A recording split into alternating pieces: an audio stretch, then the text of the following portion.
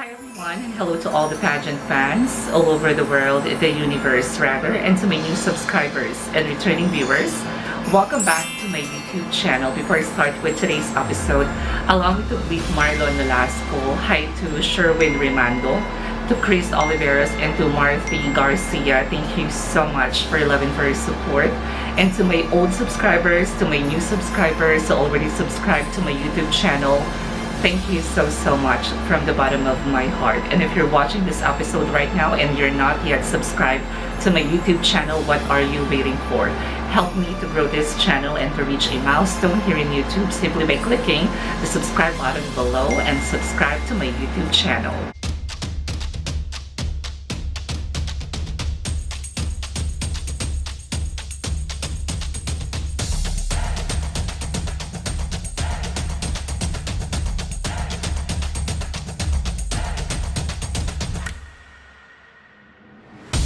Before I start with today's episode, as what I said in my last video, sinabi ko na magbabago ang lahat ng prediction ng mga pageant analysts, pageant content creator during the finals night. And I have to say that yes, I believe na nabago lahat. So the most important and the most prestigious beauty pageant just ended, and we have our newly crowned Miss Universe 2020 from Mexico. And I'm sure that just like me, you guys have your own sentiments and disappointments in this year's edition of Miss Universe 2020. So for today's episode here in my channel, I'll be sharing with you guys my overall pageant insight about the recent concluded Miss Universe 2020 competition. I'll be sharing you guys the things that I like and some of my disappointments in this year's edition of Miss Universe 2020.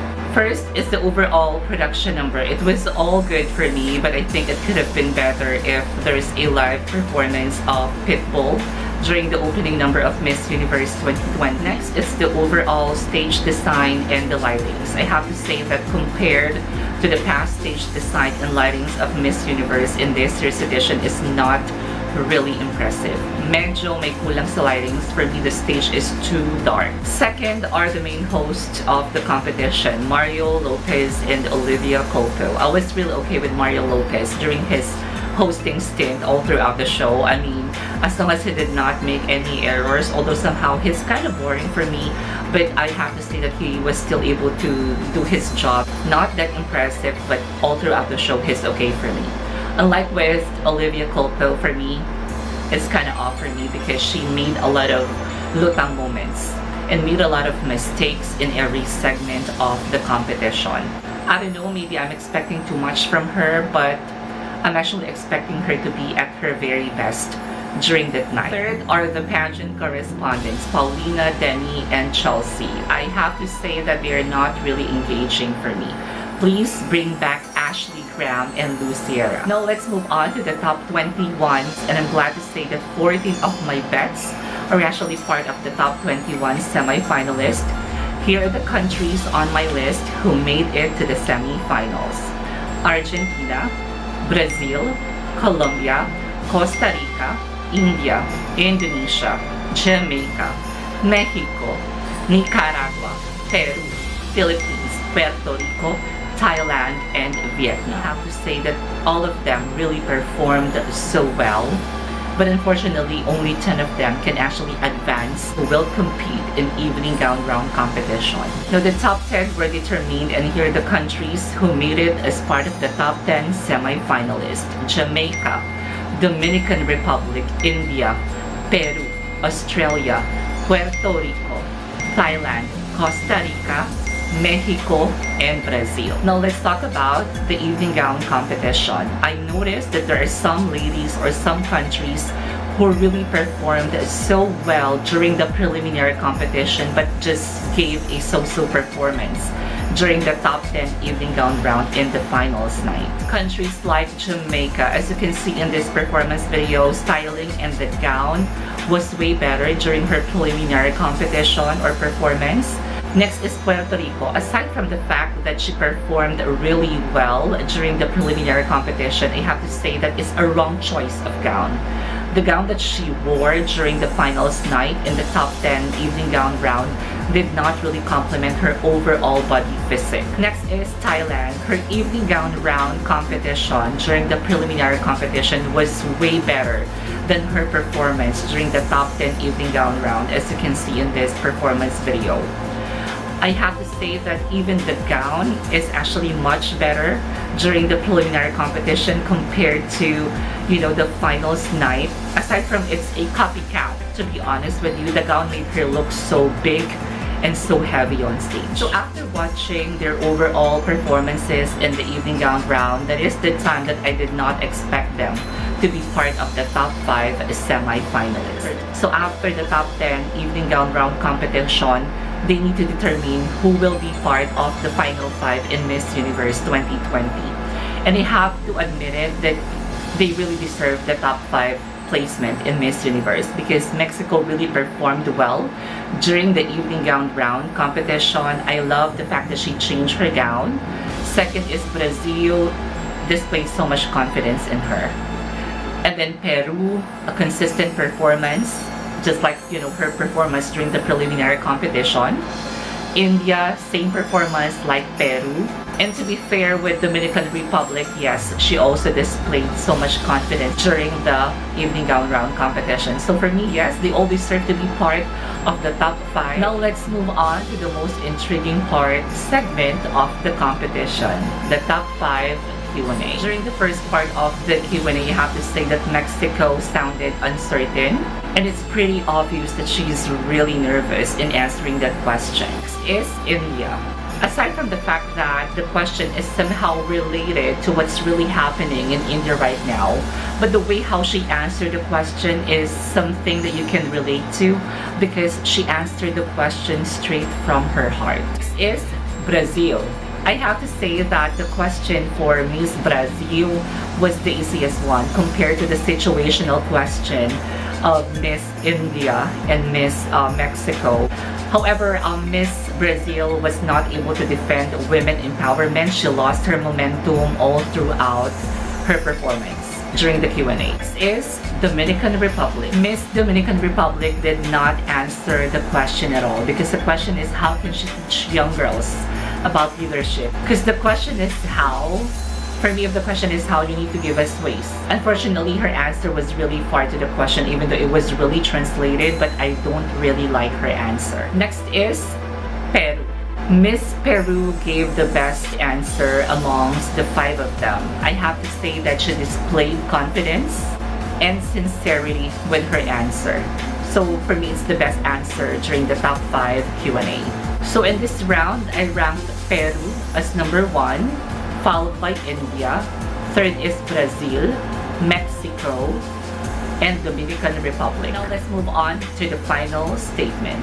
Topic for Mexico is about changing beauty standard, and I have to say that while watching her during her final statement, for me her answer was plain and simple.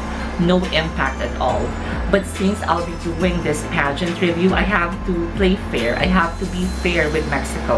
That's why I decided to watch her final statement performance, and I have to say that she made a very good point with her answer. However, it's not that impactful to every one of us because she used an interpreter. And it could have been better, Sana, if she did not use the help of interpreter because for me, she's comfortable in speaking in English, so why not? Nawalan tuloy ng impact yung sagot niya. Next is India. Topic for India is all about free speech and right to protest. I have to say that the topic that she picked is one of the easiest ones because it's something that everyone can relate to. With Miss India, she really struggled in giving her final statement. But I have to say that her final statement was on point. She gave a concrete final statement. If you guys will watch, the performance again of Miss India during the final statement, she ended up her statement strong. However, her delivery was not on point and cannot secure a crown. Next is Brazil. The topic for Brazil is about mental health. I have to say that Miss Brazil really did a great job during the final statement because she made an awareness. She made a statement. She became a voice. And it's really a great job for Miss Brazil. Next is Dominican Republic. Topic for Dominican Republic is about global poverty. And I love the fact that she gave a factual data about the poverty rate in Dominican Republic. However, her final statement should be addressed not only in her own country but also about the global poverty that is happening to the world, the universe rather. Next is Peru. Topic for Peru is all about climate change. I am just amazed with her final statement because number one, she gave the importance why should we take care of our planet. Second, she made a good point that it's part of our responsibilities.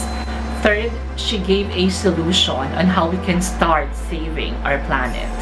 So well done for Peru. I'm just so amazed how she was able to surpass that nerve-wracking Q&A plus the final statement. So in this round, Peru comes first, followed by Brazil. Third is Mexico. Fourth is India. Fifth is Dominican Republic. Before the announcement of the winners, I have to share something about Zosie Dini's final walk because I was really moved about her final speech, plus the fact that she's very proud about her roots is something that I really admire about this Miss Universe 2019. So let's move on to the announcement of the winners. Fourth runner-up is Dominican Republic. Third is India. Second is Peru. First is Brazil.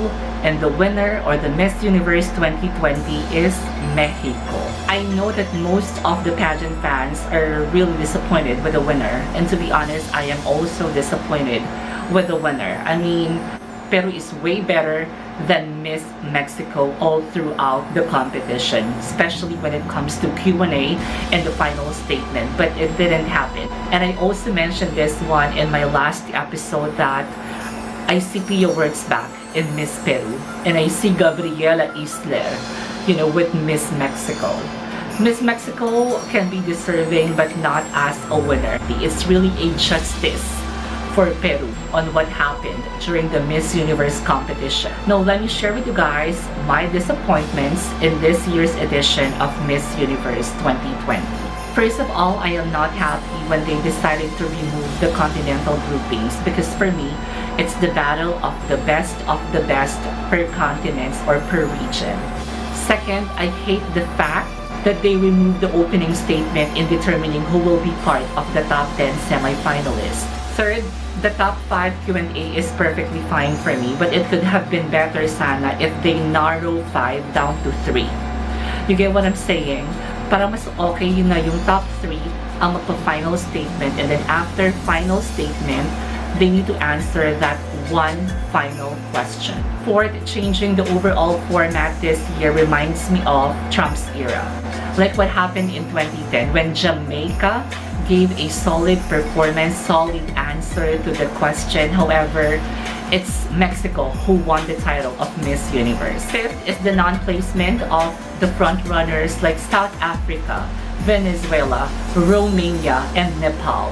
My final disappointment goes to the Miss Universe organization. Miss Universe organization will lose its credibility if they continue this kind of game in their beauty pageant. Beauty pageant should always be fair and square and not a gamble. So that'll be all for today's episode here in my channel. I want to say thank you so much for your love and for your support. Please watch out for my next episode. It's all about Rabia Mateo's journey in Miss Universe 2020. Don't forget to click the notification bell so you will be notified whenever I upload a new video. Always remember to stay kind because you can never go wrong with kindness. I love you all.